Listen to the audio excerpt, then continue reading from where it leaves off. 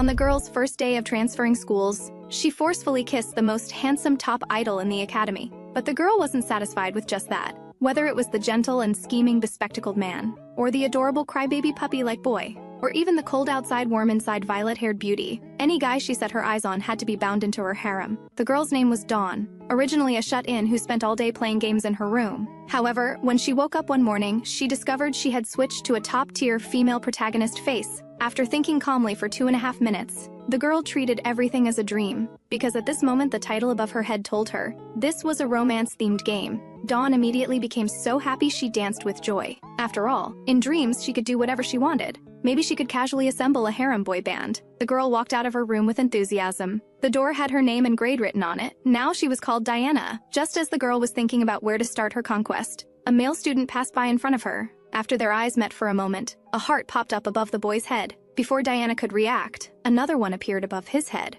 Diana guessed this might be a marker for affection levels, which also meant the other party was a character that needed to be conquered. Thinking of this, Diana anxiously chased after him, but accidentally bumped into another person.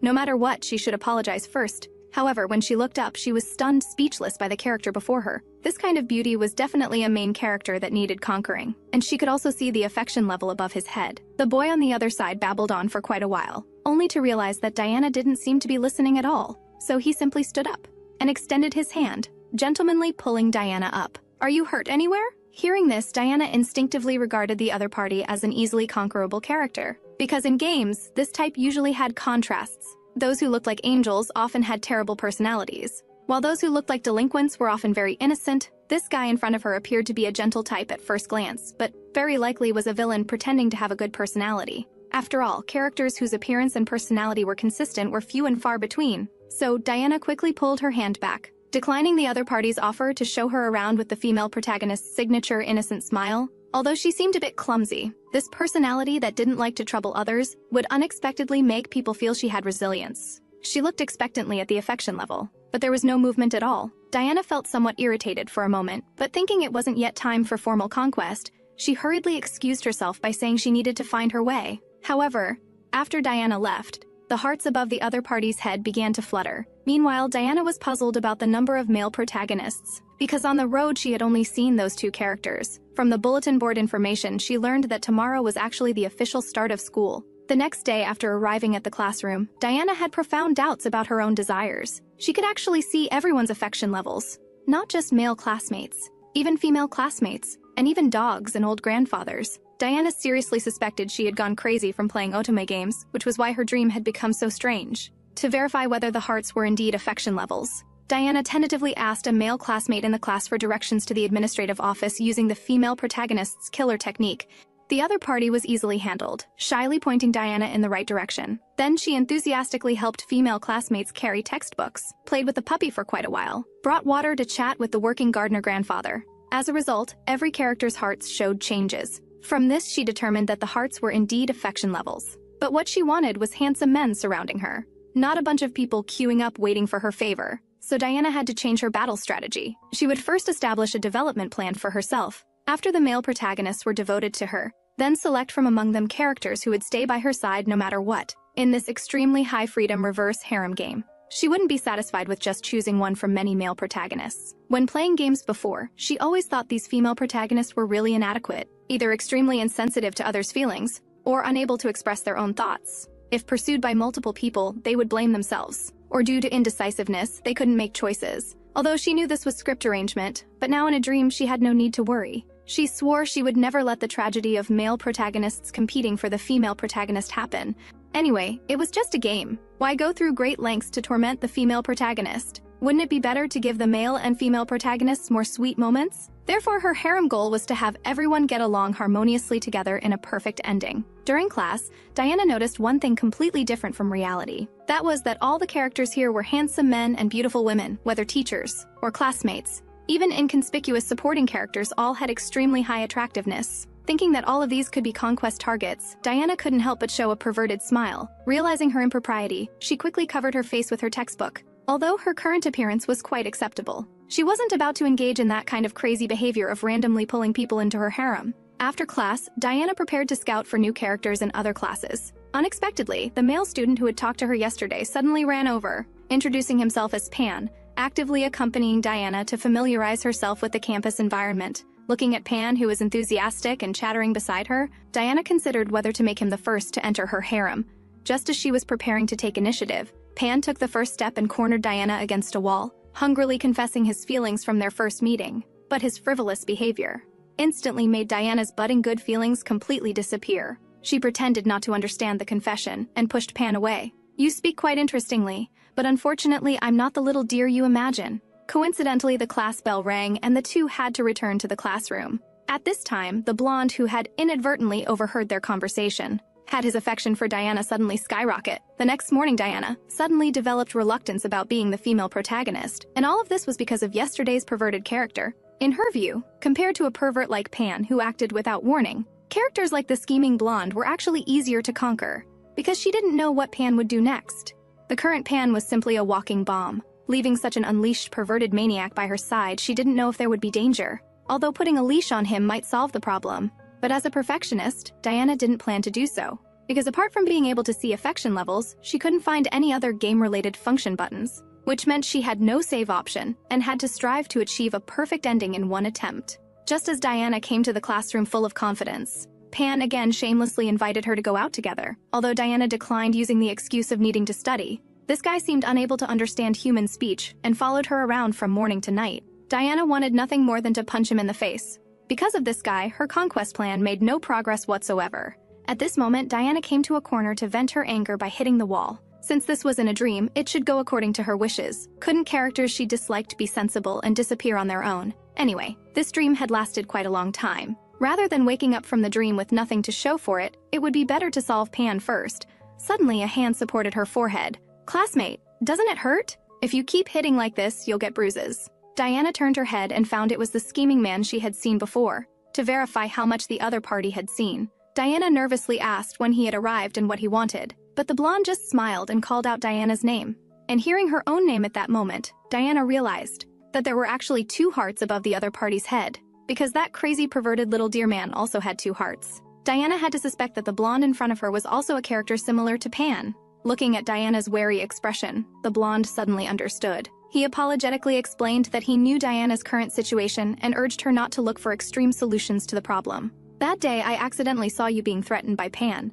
I thought everything would be fine after going back. I didn't expect he would still be bothering you, Diana. I just want to help you. So there's no need to keep putting on a brave front in front of me." After deploying this combination of moves, the blonde appeared exceptionally confident. After all, he was someone who could be described with all positive adjectives. Since childhood, the praise Cassian heard most was good child. Although he didn't know what was good about being a good child, nor did he feel particularly happy about it, he still didn't disappoint everyone's expectations, because there was no particular burden or sense of oppression. Cassian had no complaints whatsoever. He had lived his life completely authentically. After all, he had always lived openly and honestly. Therefore, he considered himself to be an angel incarnate. And those people who didn't know their place and only made demands of him, although somewhat annoying, weren't enough to make him dislike them. For him, these demands weren't particularly significant matters. Only occasionally would he feel lonely, until his first encounter with Diana. This girl not only didn't take his words to heart, but also refused to accept his apology.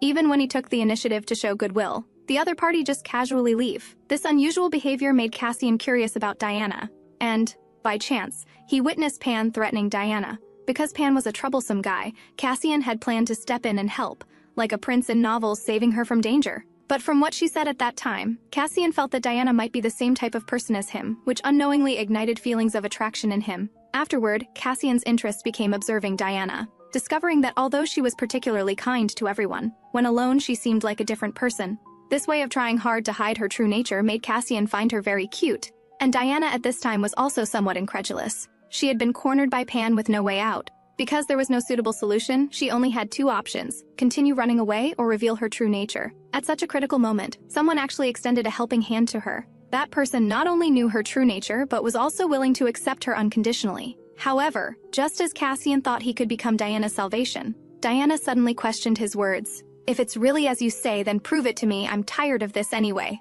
Saying this, Diana moved toward Cassian's lips, pushing him against the wall and greedily tasting. Their lips separated. Cassian was still at a loss about what had just happened. Diana's wall slam interrupted his thoughts. It turned out he hadn't truly understood Diana. The Diana he knew was somewhat more innocent. If that was the case, what right did he have to arbitrarily identify Diana as the same type of person as himself, to judge others at will, forcibly creating an image he had imagined? How was he different from those people? Cassian didn't know for a moment whether he should apologize or be angry. The shame from his arrogance filled his brain. At this time, Diana supported his cheek. Why are you making such an expression? Is it because of the kiss just now? Seeing that Cassian was blushing and didn't seem angry, Diana had thought her impulsive action would end the game directly, but the affection level hadn't changed. Could it be that Cassian liked the aggressive type? At this moment, Cassian was still mocking his own hypocrisy. Do you also think I'm a dark and pathetic person? Facing Cassian's inquiry, Diana showed a brilliant smile. Do you like me? Didn't you say you would help me? Saying this, she held Cassian tightly. I also want to be on the same side as you. Cassian immediately burst into tears. It turned out that having someone who understood and was willing to accept oneself was so blissful. Whether she was an angel saving him or a demon dragging him to hell, Cassian only wanted to tightly grasp Diana's hand. Afterward, Diana teased Cassian about his earlier embarrassment. Suddenly, Cassian asked, "Do you know my name?" Diana immediately broke out in cold sweat. Stammering and unable to speak, she felt quite ashamed inside, having kissed him yet not even knowing his name. Seeing her flustered expression, Cassian couldn't help but laugh out loud. "Just call me Cassian, and I like you, Diana." Saying this, he left a kiss on Diana's face. This sudden attack surprised Diana somewhat. Cassian playfully explained, "I wanted to kiss you too." After returning to the dormitory, Diana appeared unusually excited.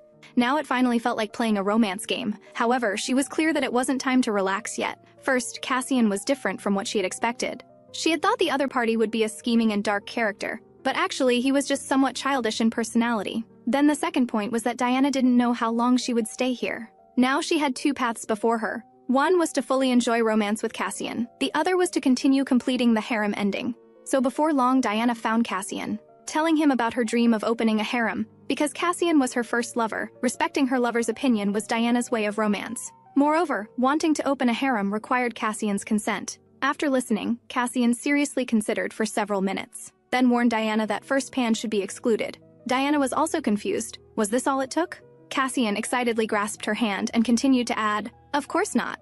There's also that guy from class 2, and someone from class 3 I don't recommend either." Diana interrupted Cassian's rambling. "Are these the only things you care about? If you don't want a harem, you can say so. I respect your thoughts." Hearing this, Cassian pressed Diana's hand to his face. "Our country has no restrictions on polyamorous relationships. Besides, as long as it's what you hope for, I'll do my best to fulfill it no matter what. Of course you must promise not to make me feel lonely, and to stay with me for life." Just like that, the harem matter received approval from the main consort. Under his suggestion, several gloomy and dangerous scumbags were also decisively excluded.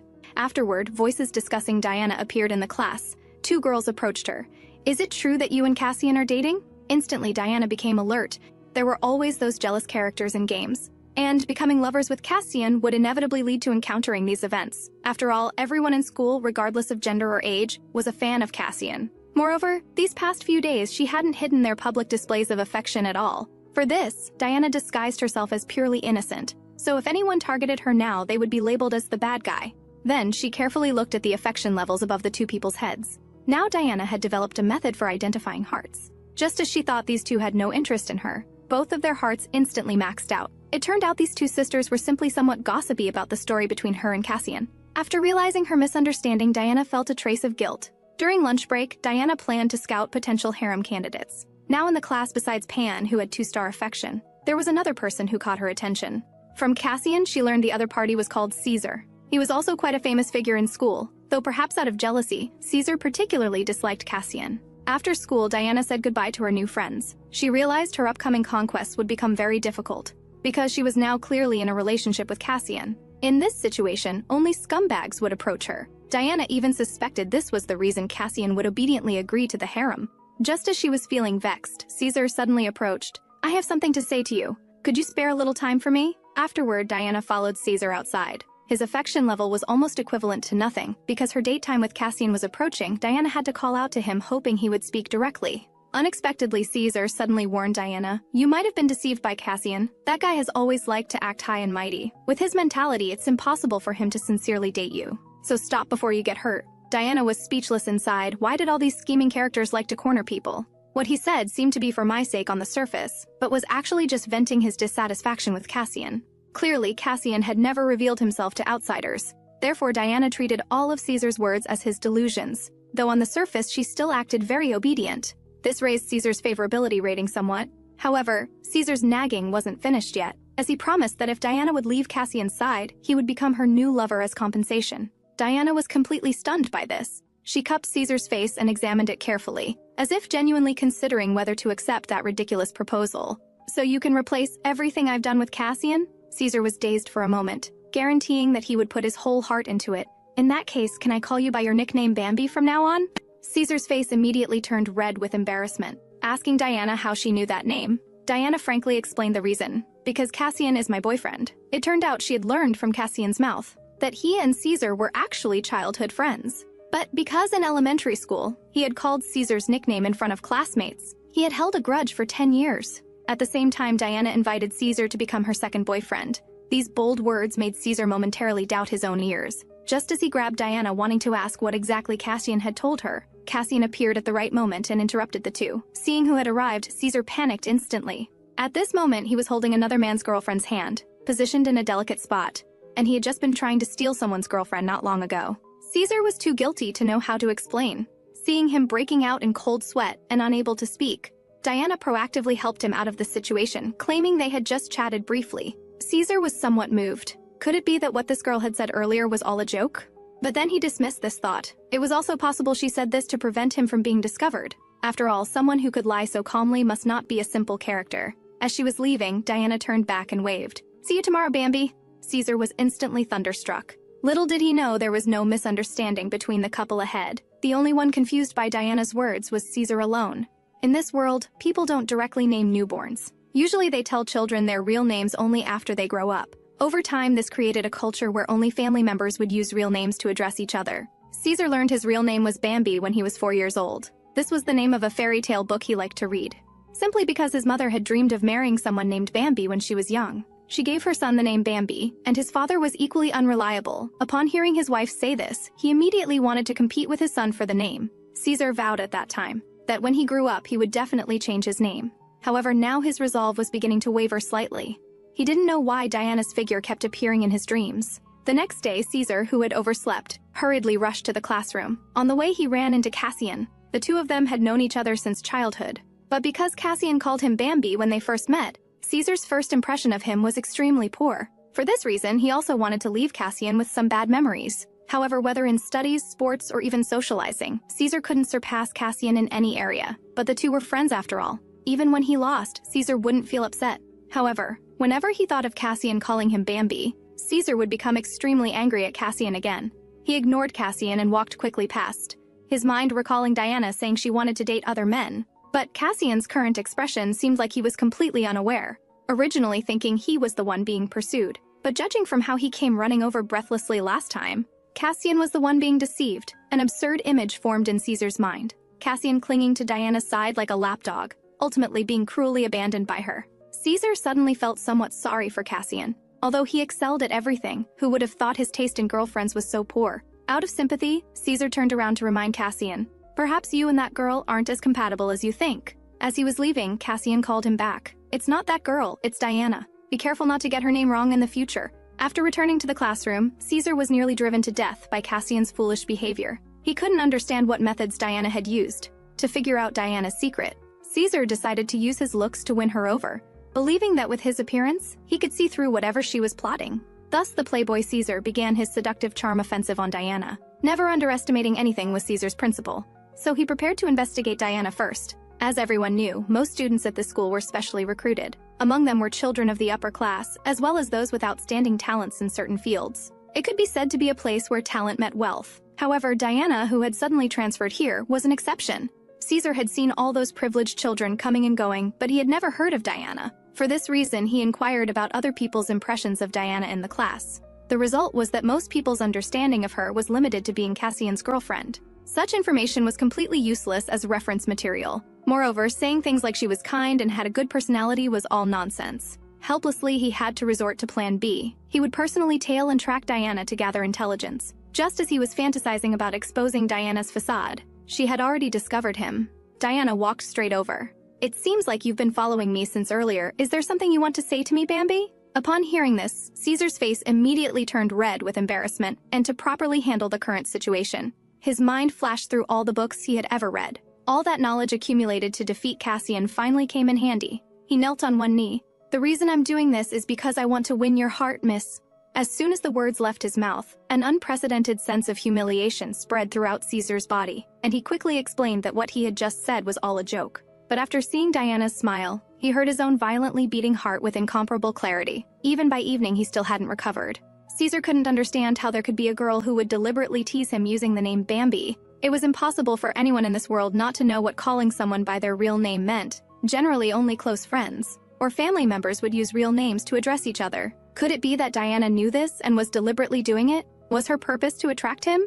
Thinking this, Caesar incoherently tried to convince himself not to overthink it. Since Cassian was already Diana's boyfriend, he shouldn't have such shameless thoughts. To suppress the stirring in his heart, Caesar pulled out a romance novel to calm his emotions. Outside the room, his parents looked at each other in confusion over Caesar's unusual behavior. Although it was somewhat strange, his mother could tell at a glance that Caesar was actually enjoying himself. The next day, Cassian and Diana were taking a walk together. Suddenly, Cassian brought up Caesar's confession from yesterday. Seeing his girlfriend happy about being confessed to by another man, Cassian's feelings were somewhat complicated. However, he quickly smiled and said he was just joking, while Diana told Cassian, although that confession was indeed real, she could sense that the other party wasn't really that sincere. Diana hadn't expected someone to dare confess to her with such little favorability. She decided to properly tease him. If she wanted to toy with Caesar in the palm of her hand, she should first spoil him rotten, let him become helplessly addicted. Then at the crucial moment, take away his first time in one fell swoop. Suddenly remembering the main boyfriend Cassian, Diana quickly dismissed her wild fantasies. Just as she returned to the classroom, she collided head-on with someone. The person was none other than Caesar. Diana immediately put on a sweet smile and greeted him. While Caesar's expression management was clearly not up to par, "Good morning, little bird," his desperately disguised new image seemed so amusing to Diana. This laugh directly captured Caesar again. Diana was surprised that Caesar was teaching her the nickname Little Bird. Unlike Cassian, who had maxed out social attributes, Caesar sometimes appeared overly enthusiastic, which would break his character. This pitiful and heart-achingly cute appearance was actually quite endearing. Meanwhile, Pan overheard their conversation. He had some thoughts about Diana's preferences. During class, Diana didn't feel bored at all, because the teacher was a super handsome man with glasses. She wondered if he would have some different charm if he took off his glasses. However, Diana actually preferred Caesar's type of serious glasses character, taking away what he desperately guarded, then letting him taste the agony of torment. Having said that, Diana hadn't figured out how to win over Caesar yet. For winning over Pan, she had used 2 days. Cassian took about a week. Calling it winning over if she thought carefully she hadn't actually done anything at all. Diana suddenly began to doubt her own abilities. Could it be that the setting was that she could randomly win over any living being? Wouldn't that mean she could really build a super harem? On the other side, Caesar was also extremely confident, feeling that his morning greeting had been absolutely impeccable. At this rate, capturing Diana's heart was just a matter of time. Just then, he noticed Pan in the bushes. Caesar and Pan had also known each other since childhood. Although Pan hadn't committed any major wrongdoing, his behavior always had a twisted feeling. Seeing Pan bury animals alive back then had left Caesar with serious psychological trauma. Caesar originally wanted to pretend he hadn't seen anything. Suddenly, he heard Pan mention Diana. The next day, Diana discovered a gift box at her dormitory door. She guessed this wouldn't contain the kind of gift she was thinking of, because Cassian wouldn't surprise her in this manner. Opening it, she found a small bird inside. Along with a letter, Diana immediately rushed to the classroom. Finding Pan first thing, "Could you come out and talk with me somewhere private?" Hearing this, Pan naturally agreed immediately, though he misunderstood her meaning. Their conversation was overheard completely by Caesar. During class, the teacher discovered that 3 students were actually skipping class. This dealt a heavy blow to him as an excellent educator. At this time, Caesar followed the 2 to a small grove. His face was covered in nervous cold sweat. After all, this was his first time skipping class. He saw Diana take out a rope from her bag and ask, "Were you the one who sent this kind of gift to me?"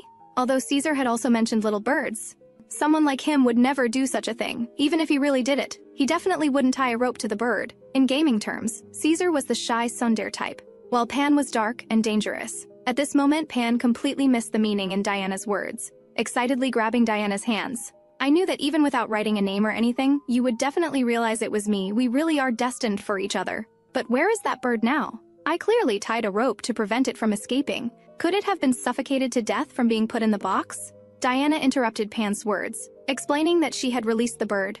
"I'll let it go this time, but don't do it again." As soon as she finished speaking, Pan was on the verge of tears. Seeing this scene, Diana was completely bewildered. Just when she thought Pan would suddenly come to his senses and reform, she heard Pan say that next time he would remember to clip the bird's wings before sending it. He really was a complete and utter scumbag. The scene before him left Caesar, who was secretly watching from a distance, somewhat confused. He didn't know why Diana had made Pan cry. Nor could he understand what their relationship actually was. Yesterday, he had vaguely heard Pan say he wanted to give Diana a gift. Analyzing various signs, they weren't simply ordinary friends. And just now, Pan had shouted about being destined for each other. Such words could only come from a fiancé's mouth. What about Cassian, then? Just how many men was Diana hiding? Suddenly, Caesar had an epiphany. His purpose in coming was only to confirm that Pan wouldn't do anything dangerous, regardless of whether Diana and Pan had that kind of relationship, whether she was toying with Cassian's feelings. All of this had nothing to do with him. Only his heart ached inexplicably. Just a few days ago, when reading romance novels, he had felt fine. The sweet words inside, though they didn't seem real, had indeed made him feel sweet. Suddenly, Pan's questioning voice startled Caesar awake. Why am I the only one who won't do? Whether it's Cassian or Caesar doesn't matter. I clearly like you so much. Diana looked coldly at Pan in front of her, just as Pan had said. She so frivolously pulled Caesar into her harem. Why did she have to reject only Pan? Was it because she sensed Pan's danger? Eventually, confusion turned to annoyance. Diana was too lazy to explain further. In any case, you just won't do. Your gifts don't make me happy at all. Besides, you don't understand me either. Do you think I have to like just anyone? Pan still had that tearful appearance. He asked Diana, "Don't tell me you like Caesar because he understands you." Suddenly hearing his own name, Caesar immediately felt the shame of being a third party. He believed that being discovered by her fiancé for liking someone else, Diana would surely panic. But Diana just smiled confidently, and then denied what Pan had said. The unexpected answer surprised both of them simultaneously. Caesar felt both relieved that he had escaped disaster, and somewhat disappointed, but soon his mood became excited again. What I mean is, it's not because Caesar understands me that I like him, but because Caesar works hard enough. Regardless of whether he and I will ultimately have a result, I think he's a more charming person than you.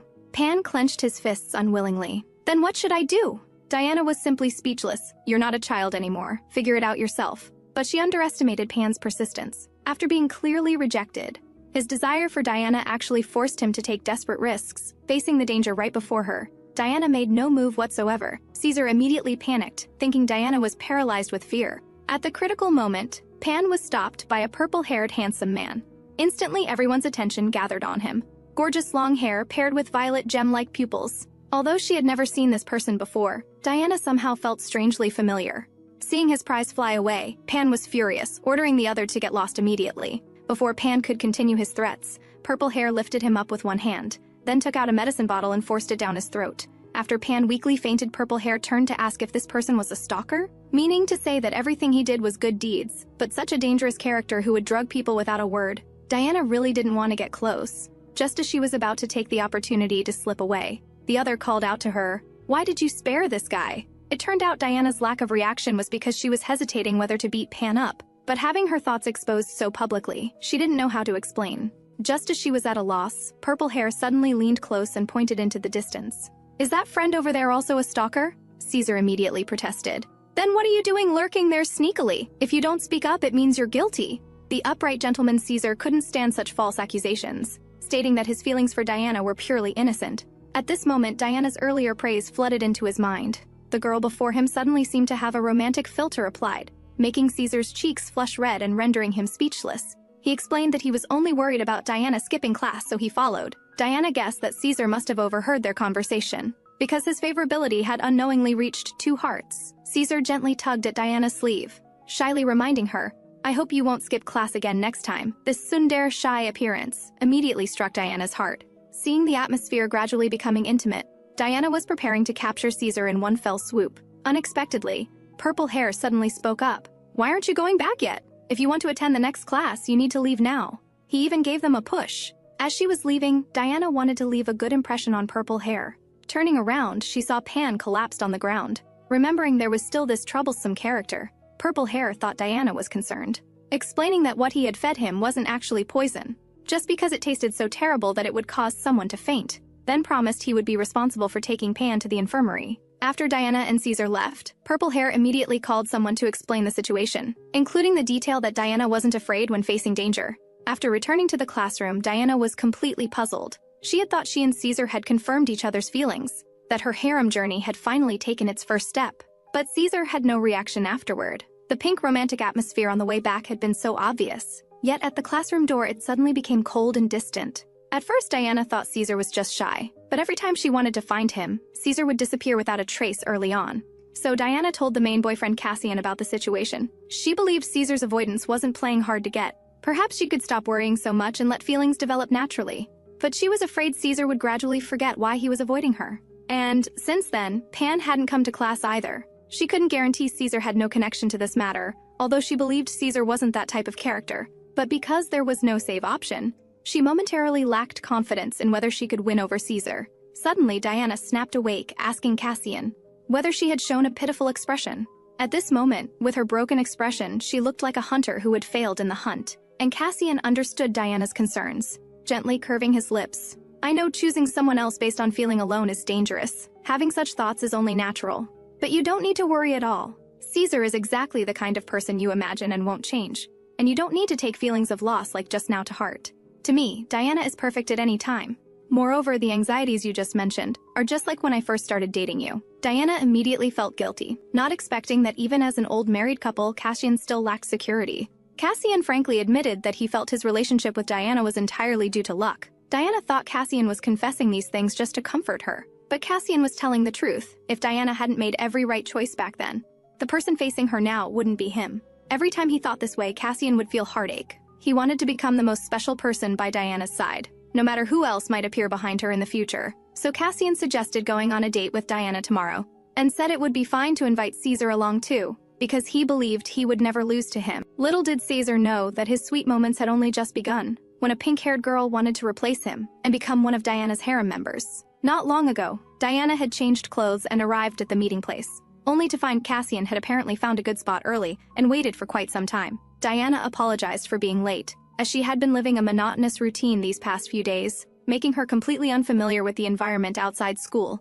and unsure of what style of clothing to wear. Just as she was about to ask Cassian about his plans, she noticed there was no sign of Caesar around him. It turned out that early this morning, Cassian had called Caesar to invite him on their date. Caesar had no idea what nonsense Cassian was spouting, cursed him for being sick, and hung up the phone. Only at the last moment did Caesar catch Diana's name. But Cassian had no clue why Caesar had gotten angry, assuming he was too traditional to accept a three-person date. After hearing this, Diana didn't mind too much and proactively took Cassian's hand. After all, a date between just the two of them wasn't necessarily a bad thing. Little did she know that while the two were sweetly strolling around, Caesar had been following behind, observing the situation. Seeing this scene made him grind his back teeth in frustration. Though he complained that Cassian was causing trouble with his three-person date idea, he still sincerely changed into his uniform and found himself a good excuse. He was just happened to be in the area on business, coincidentally ran into the two and had no choice but to join them. Next, Cassian and Diana visited a flower shop, then played the role of newlyweds at a church, and bought some snacks they could share along the way. Such a date could be considered quite successful. Cassian wondered why Diana refused every time he wanted to buy her something. Diana explained she didn't have much material desire, but the truth was she felt it wasn't necessary since this was just a dream. However, something with commemorative meaning would be fine, so Diana suggested getting matching couple earrings. But as soon as she finished speaking, Cassian's cheeks turned bright red, explaining that earrings were tools to prevent men from having accidents. Diana didn't understand it all at the time, thinking it was part of the game's storyline requirements. Only when she connected Cassian's shy expression with the word accident did she realize what earrings were actually used for in this world. Diana felt embarrassed and wanted to defend herself, but the words just wouldn't come out. Finally, she could only randomly point in a direction and say Bambi was over there, trying to divert Cassian's attention. Looking in that direction, they actually spotted the sneaky Caesar. Cassian greeted Caesar, puzzled why he was eating bread while covering his face with a newspaper. "You haven't been following us, have you?" Despite Caesar's loud denials, Cassian still looked at him with knowing eyes. Seeing Caesar being questioned into speechlessness by Cassian, Diana smiled and extended an invitation to him. If it's Bambi, having a date together wouldn't be bad either. Upon hearing this, Caesar's face immediately turned red with embarrassment. After coming to his senses, he stammered, trying to explain to Cassian. Before he could finish, a mocking voice came from behind them. "Isn't this Caesar? Even Cassian is here." Then she lifted Diana's chin and asked, "Could you be the girl from the rumors?" This incredibly sweet pink-haired girl made Diana feel like she was facing a formidable enemy. If someone with such beauty became her rival, she would have no chance of winning. But the next moment, Diana was confused. The pink-haired girl had no intention of approaching Cassian and Caesar. Instead, she dramatically criticized both of their bad habits. Cassian only knew how to show off his weird smile all day. And Caesar was also a fool who was clearly insecure but tried to act cool. Being with these two would never lead to anything good. Diana, you must have been deceived by their sweet words. After calming down, Diana told her that these could actually be called personality traits, and she found them quite adorable. Hearing this answer, the pink-haired girl seemed somewhat surprised. She was about to continue speaking, but was stopped by Caesar. Faced with Caesar's questioning, the pink-haired girl looked annoyed. If you have something to say, we'll talk about it after we get home. Cassian quietly explained to Diana that Kalan and Caesar were relatives who often lived together during school. Watching Caesar lecture Kalan, Diana didn't feel heartbroken. Instead, she watched with great interest. She remarked that Caesar was a responsible older brother. Caesar sighed deeply, then denied this identity. I'm hardly a good brother at all. Hearing this, Diana quickly hugged Kalan tightly. Kalan's attitude of refusing to explain anything angered Caesar. Why are you all ganging up on her when it's clearly Kalan causing trouble? If you won't explain, then I'll do it myself. The Kalan in her arms suddenly trembled. I want to go home. Caesar was stunned upon hearing this, finding Kalan's words hard to believe. Being so decisive wasn't like her usual style at all. As the two passed each other, Kalan revealed her vicious glare. Are you still not satisfied that I said I want to go home? Faced with such an intimidating aura, Caesar was too scared to speak. Before leaving, Kalan turned to warn Cassian. Don't you go spreading nonsense either, or you'll regret it. At this moment, Diana was still immersed in the atmosphere of witnessing drama. Suddenly, a clear call rang out. Kalan smiled brightly, promising they would meet again next time. After saying goodbye to Kalan and Caesar, Cassian approached Diana.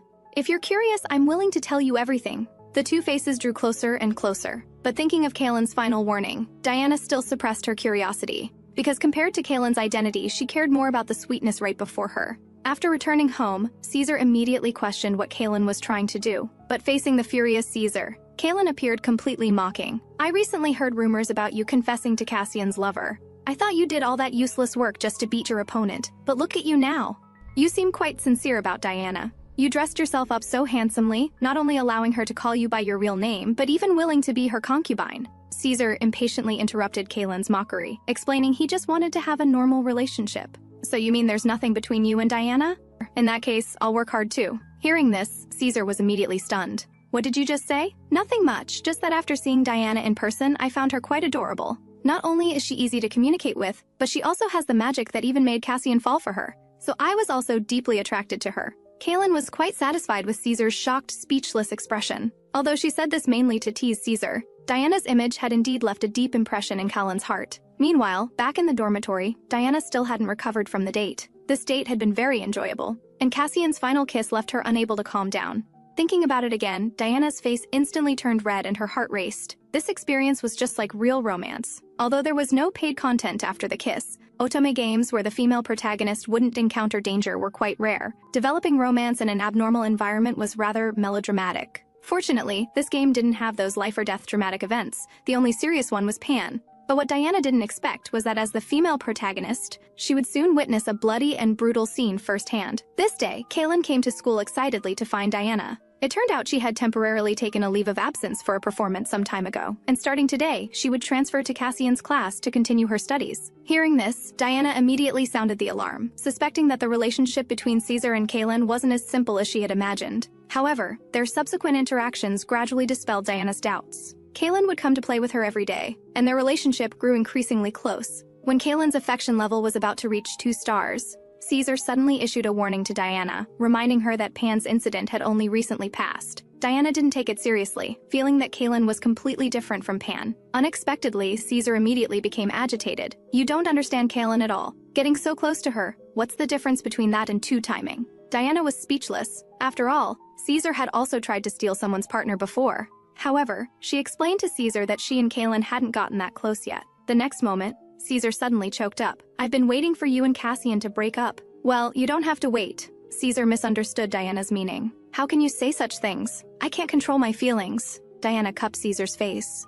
What I mean is, don't make yourself so tired. You can just date me directly like this. If we can both be happy, then those worldly voices or other people's opinions are completely unnecessary to consider, because this is simply a matter for us two to decide. Though the words spoken by this beautiful voice were so absurd, they made Caesar unable to resist wanting to confess his feelings. Just as he was about to agree, the class bell suddenly rang, and Caesar instantly came to his senses. His face flushed red as he used class as an excuse to escape from Diana's side. At this moment, Diana began to doubt her flirting skills. Cassian's affection level had reached 3 stars early on, but Caesar had remained at 2 stars. Besides him, there was another missing person who was also at 2 stars. The only difference between Cassian and Caesar was whether they had officially started dating her. Perhaps this was the special condition for unlocking the 3rd star. Diana had originally wanted to quickly seduce Bambi, but seeing that his affection level hadn't decreased, and judging from his behavior, it should only be a matter of time. At this time, Kalan came to find Diana as usual. The anxiety she initially felt about not knowing when she might wake up from this dream gradually faded as she spent day after day here. After all, this was happening in a dream. Don't overthink it too much. Being happy was the best choice. Diana and Kalan interlocked their index fingers as they snuggled on the bench. Kalan asked Diana if she liked her. Diana didn't answer immediately, but instead asked if she would feel troubled after knowing the answer, since most of the rumors about her were true. Kalan solemnly stated that she didn't mind at all. On the contrary, she hoped that she and Diana would have rumors spread about them. Diana was stunned for a moment. Kalan coughed, explaining that she didn't have any improper preferences, but she couldn't bring herself to say what came next. Noticing Kalan's unusual behavior, Diana gripped her trembling hand reassuringly.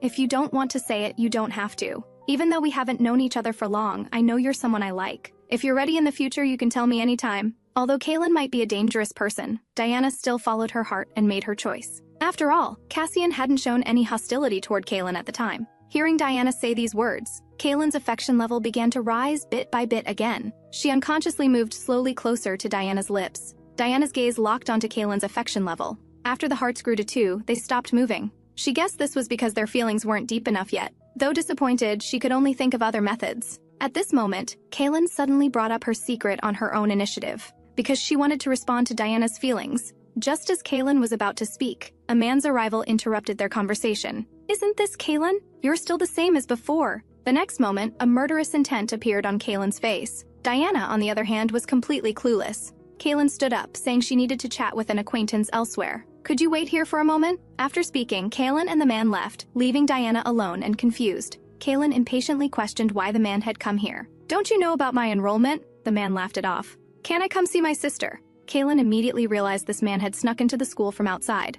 She intended to escort the man out before they were discovered, but he wouldn't cooperate, grabbing Kalan's arm and demanding she introduce Diana to him. Such unreasonable behavior immediately disgusted Kalan. She shook the man's hand off forcefully. I'm sending you out for your own good. How heartless. I should be the heartless one here. Why are you deliberately avoiding that girl to talk to me? Haven't you told her the truth yet? It seems you know this is shameful too. In that case, I'll go tell her right now. Before he could continue, Kalan raised her fist and punched the man. Blood gradually stained the man's shirt.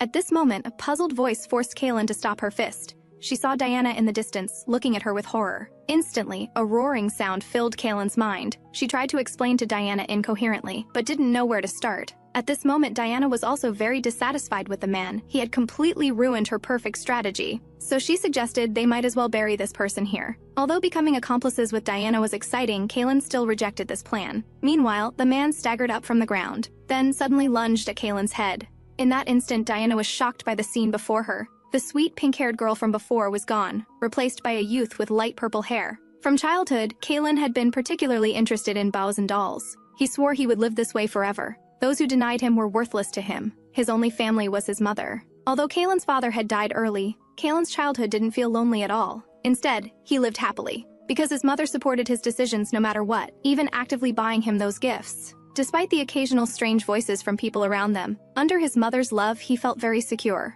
Until one day, his mother brought home an uncle, saying they would see him often from now on. And this was Kalan's older brother. Kalan shyly greeted them, but this triggered the man's questioning. Their offensive insults deeply hurt Kalan's heart. Kalan immediately fled back to his room, throwing all his clothes on the floor. His mother hugged Kalan from behind. No matter what you're like, Mom just wants Kalan to be happy. Mom won't let that uncle come again. But Kalan didn't agree, because he also wanted his mother to be happy. Since the two of them got along well, he was willing to change for his mother's sake. Later, his mother successfully remarried the uncle, and Kalan changed a lot too, no longer as obsessed with those things as before. By chance, Kalan met Caesar. He was quite surprised by Kalan's transformation. Perhaps reminded of the past, Kalan told Caesar everything that had happened. Caesar couldn't understand why Kalan was so obsessed with clothes. In that case, why not just wear them secretly? After getting this answer, Kalan excitedly ran out. As long as no one discovered it, he could continue pursuing his love for women's clothing, and no one would be disappointed in him because of it. For several years, Kalan secretly dressed up as another identity.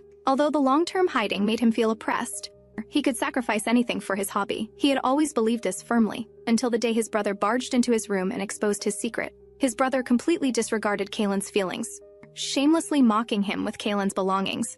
I really don't understand how a pervert like you could get an invitation to Edenia Academy. Looking at his brother's back, Kalan wanted nothing more than to silence him permanently. Soon the two were wrestling together. The outcome was naturally Kalan's defeat with injuries. This caused his mother and stepfather to have a big fight. At this time, Kalan told them about receiving the invitation. Going to school was a way for him to satisfy his hobby, while avoiding family conflicts. Unexpectedly, upon hearing this, his stepfather showed him a terrifying expression. That face clearly asked, "Why should someone like you receive an invitation?" Kalan could understand his brother's jealousy, since going to Edenia was a once-in-a-lifetime opportunity. But his stepfather shouldn't react this way. After all, he was nominally Kalan's father. The next moment, his mother slapped the stepfather across the face. "Let's get divorced." His mother's attitude was quite resolute. After hitting him, she directly pulled Kalan away. Her love for Kalan had never changed. Worried about Kalan's school accommodation, she deliberately entrusted him to his aunt's care. From then on, Kalan no longer needed to hide his hobby. He even achieved excellent results in competitions while cross-dressing.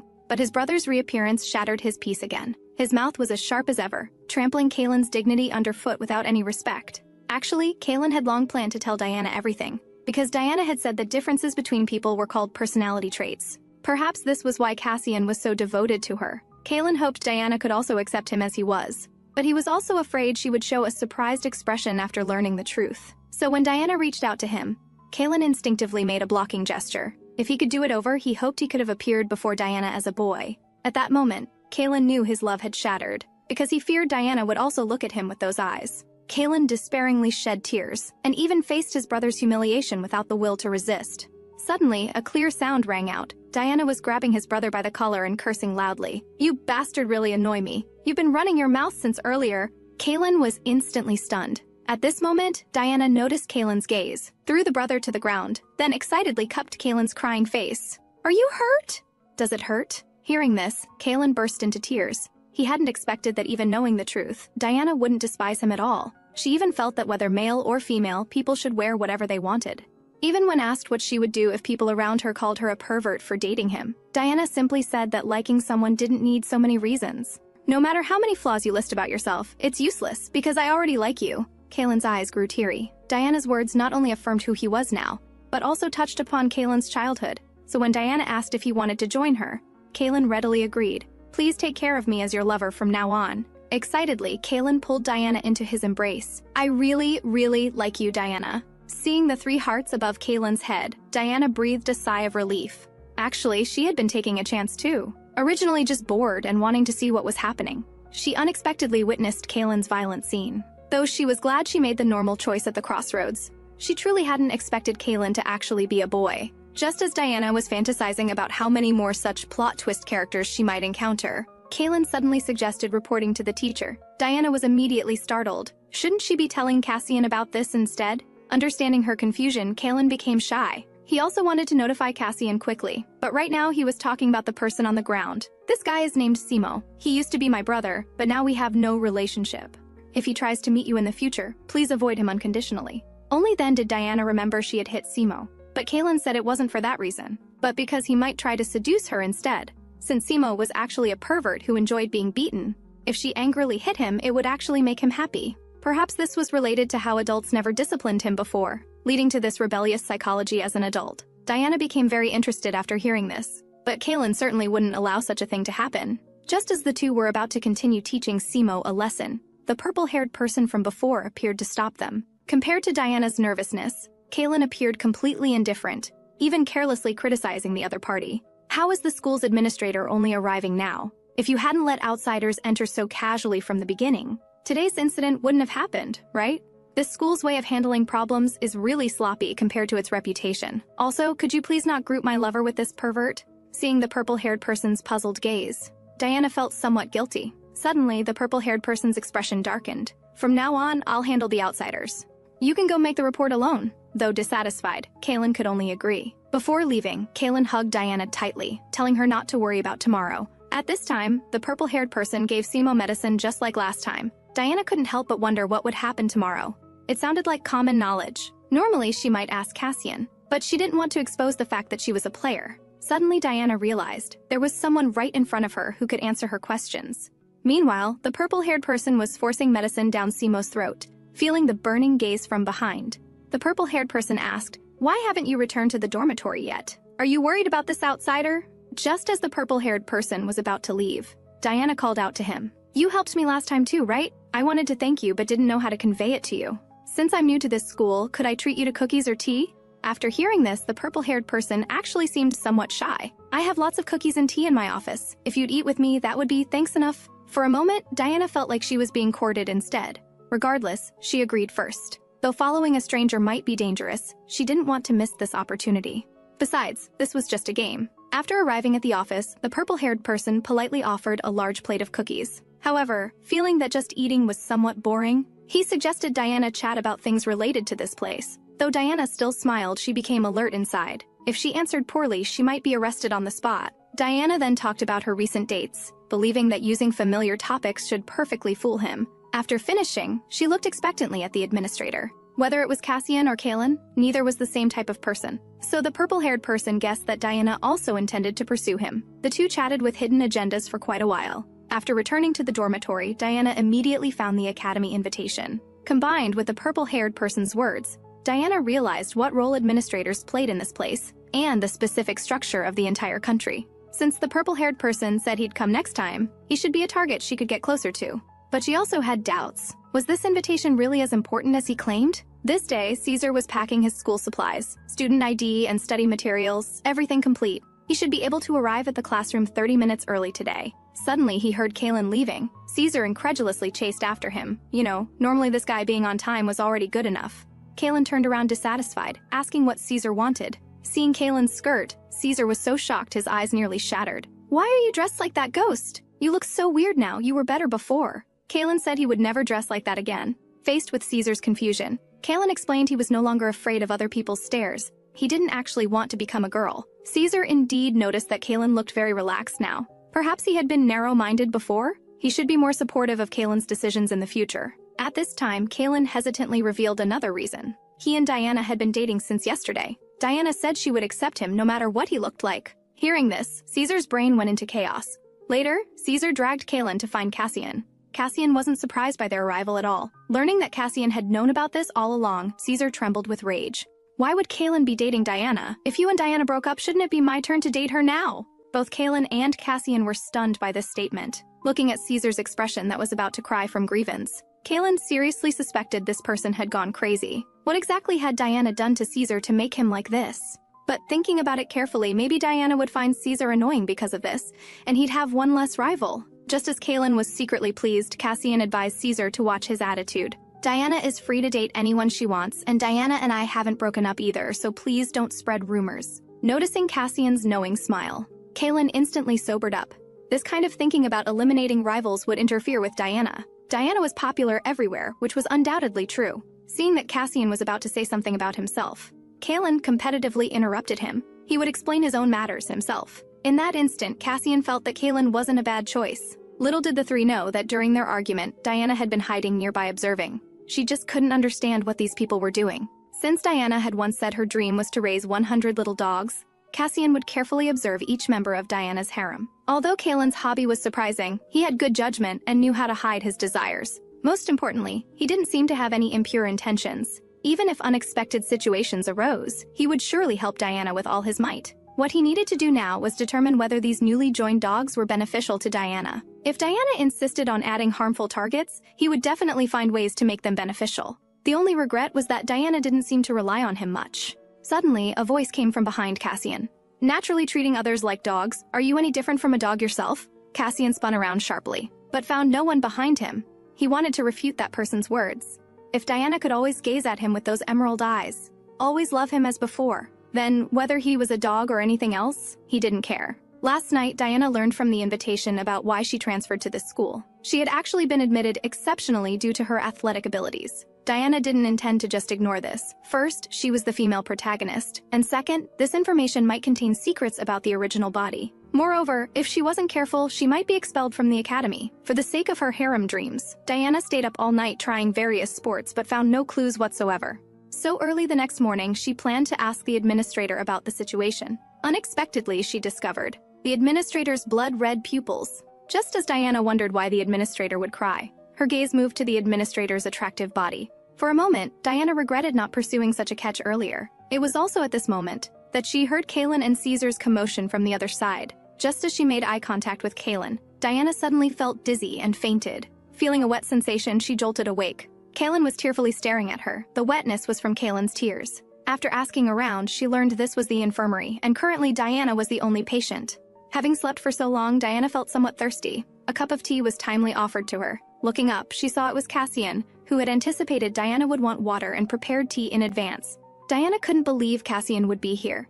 She could understand a special student like Kalan skipping class without caring about attendance. But the perfectionist Cassian had actually skipped class for her too. Seeing Diana's puzzled expression, Cassian thought she was too weak from just waking up. So he lifted Diana's chin, preparing to personally feed her water. At this moment, Diana remembered that since their date, she had been quite focused on Kalan's matters. Perhaps Cassian hoped she could depend on him. But at this moment, Diana felt she absolutely had to use actions to tell him that she was actually very healthy. So Diana publicly made out with Cassian. The two continued for a long time, even making Kalan too shy to watch directly. The next moment, the teacher loudly stopped the shameless pair. "This is the infirmary. What are you students doing? I just went to get some magic stones, and you're doing this." The teacher turned to comfort Kalan. "You don't need to worry about your girlfriend anymore. As for Diana, you need to remember to release your magic power regularly." The doctor extended the magic stone toward Diana, and instantly it burst with dazzling light. Diana's body gradually felt lighter. Meanwhile, Caesar was restlessly sitting in class. When Diana had collapsed in front of him, her pained expression was deeply etched in Caesar's heart. If that was the case, why was he still leisurely attending class? The doctor had said Diana was just experiencing magic power overflow, but Kalan and Cassian still chose to stay and care for Diana. Magic power was the innate force people were born with. Although everyone's magic power varied, most people's magic recovery speed matched their consumption, but some people's magic recovery far exceeded their daily consumption. Most special students at Edenia had this constitution.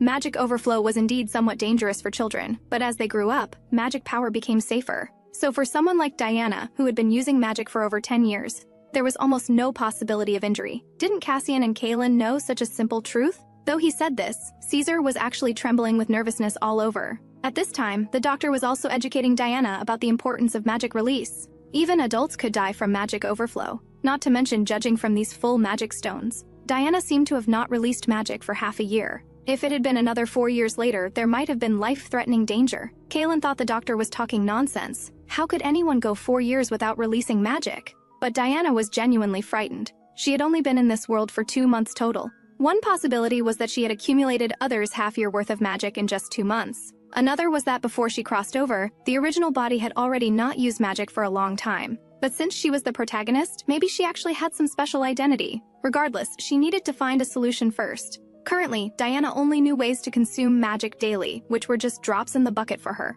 Since directly asking how to consume magic would be strange, Diana tactfully asked the doctor how to improve the effectiveness of using magic and use magic to protect the natural environment. Asking this way made it seem like she encountered bottlenecks in her research projects. This educational approach of humbly seeking advice should be quite effective. Cassian couldn't help but suppress laughter beside her, but Diana couldn't care about anything else. She continued releasing her female protagonist charm. The doctor happened to have interests in this area too, and his favorability toward Diana rose sharply. The doctor then told Diana the truth. To effectively release magical power, it's most efficient only when used in one's area of expertise. It seems you've been hoarding magic all along to avoid waste, but for you, this is already the most effective approach. The so-called storing magic and magic stones for backup is merely a rumor. Since you're a specialized student, you should have magical tools that suit you. Just like how Kalan uses a specific piano for performances. Diana, you brought your own magical instrument, right? Upon hearing this, Diana's face turned deathly pale. These past 2 months, she'd been so busy with romance. How could she know anything about magical tools?